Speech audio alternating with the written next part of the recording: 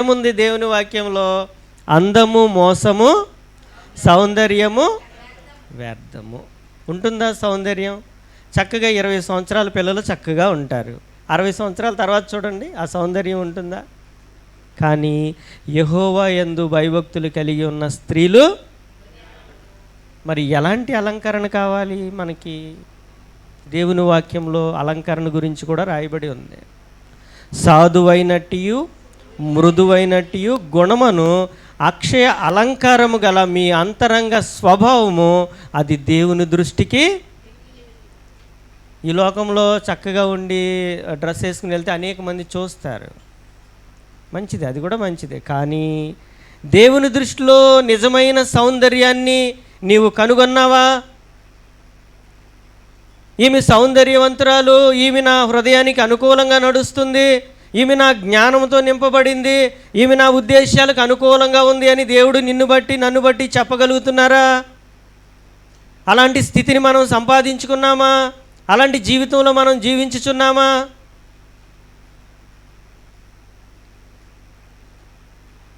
యెహోవా యందు భయభక్తులు కలిగిన స్త్రీలు కొనియాడబడతారు.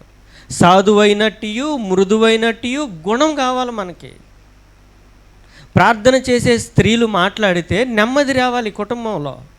కలవరంతో ఉన్నటువంటి ఒక కుటుంబానికి ప్రార్థన చేసే స్త్రీ వెళితే ఆ కుటుంబంలో నెమ్మది రావాలి. అలాంటి మాటలు, ఊరటించే మాటలు, విశ్వాసాన్ని కలిగించే మాటలు, నెమ్మది కలిగించే మాటలు మనం మాట్లాడాలి అక్కడ. చాలామంది అడుగు పెడితే గొడవలే. నేను మారు మనసు పొందిన దినాలలో మా ఇంటి పక్కన మాకు ఒక అక్క ఉండేది, మా ఇంటికి వచ్చేది. నాకు అంత వాక్యం తెలియదు, నేను అన్యుల కుటుంబం నుంచి వచ్చాను, నాకు ప్రార్థన అప్పటికి తెలియదు. అలాంటి సమయంలో మా ఇంటికి వచ్చేది, మా భార్య భర్త ఇద్దరికి గొడవ మొదలయ్యేది. ఆవిడ వెళ్ళిపోయేది, కిటికీ ఓపెన్ చేసి చూసేది, మేము దెబ్బలాడుకుంటూ ఉండేవారు. ఈ విషయం మాకు ఎప్పటికీ అర్థమైంది అంటే దేవుని వాక్యాన్ని లోతుగా అధ్యయనం చేసిన తర్వాత 10 సంవత్సరాల తర్వాత అర్థమైంది. కానీ నేను మారు మనసు పొందినప్పుడు ఒక దైవ సేవకురాలను చూశానండి. ఆమె మాట్లాడితే నువ్వు ఎలాంటి కలవరంతో ఉన్నా నీకు నెమ్మది వచ్చేస్తుందండి. నీ కుటుంబంలో ఏ సమస్య ఉన్నా ఆ సమస్య మరుగు చేయబడుతుంది, నీ హృదయానికి సంతోషం వస్తుంది. దేవుడు నాతో ఉన్నారు, దేవుడు నన్ను చూస్తున్నారు, ఆయన నన్ను నడిపిస్తారు, ఎలాంటి పరిస్థితులు ఎదురైనా సరే నేను జయించగలను అనేటటువంటి విశ్వాసాన్ని ఆవిడ నేర్పగలరండి. అలాంటి స్త్రీలు ఉన్నారు, ఇలాగ గొడవలు పెట్టే స్త్రీలు కూడా ఉన్నారు.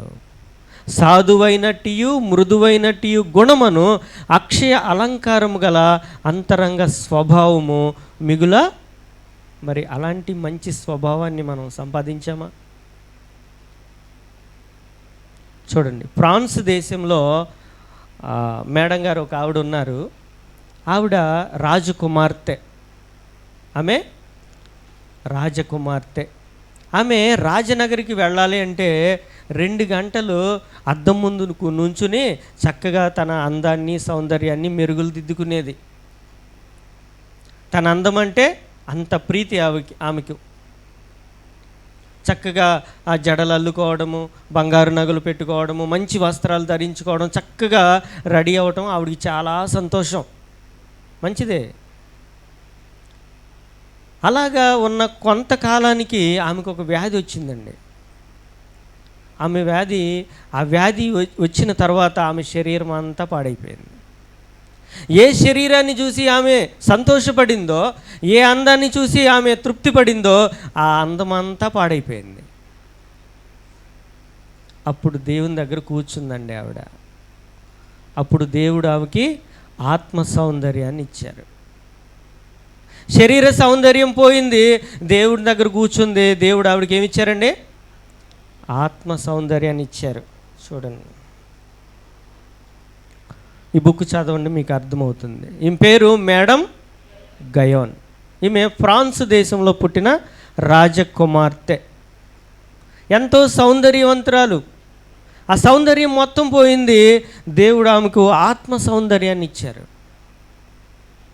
బిషప్పులు సైతము, పెద్ద పెద్ద సేవకులు సైతము ఆవిడ దగ్గరికి వచ్చి చేతులు కట్టుకుని, అమ్మ నా సమస్య ఇది, నాకేంటి పరిష్కారం, నాకు ఏదైనా సలహా చెప్పరా నా హృదయం బాగలేదమ్మా, నాకు ఒక సలహా చెప్పండి, నాకు కొన్ని దేవుని మాటలు చెప్పండి అని ఆవిడ ముందు చేతులు ఉంచుకుని ఆవిడ సలహాల కోసం ఎదురు చూసే అంత సౌందర్యాన్ని ఇచ్చారు దేవుడు.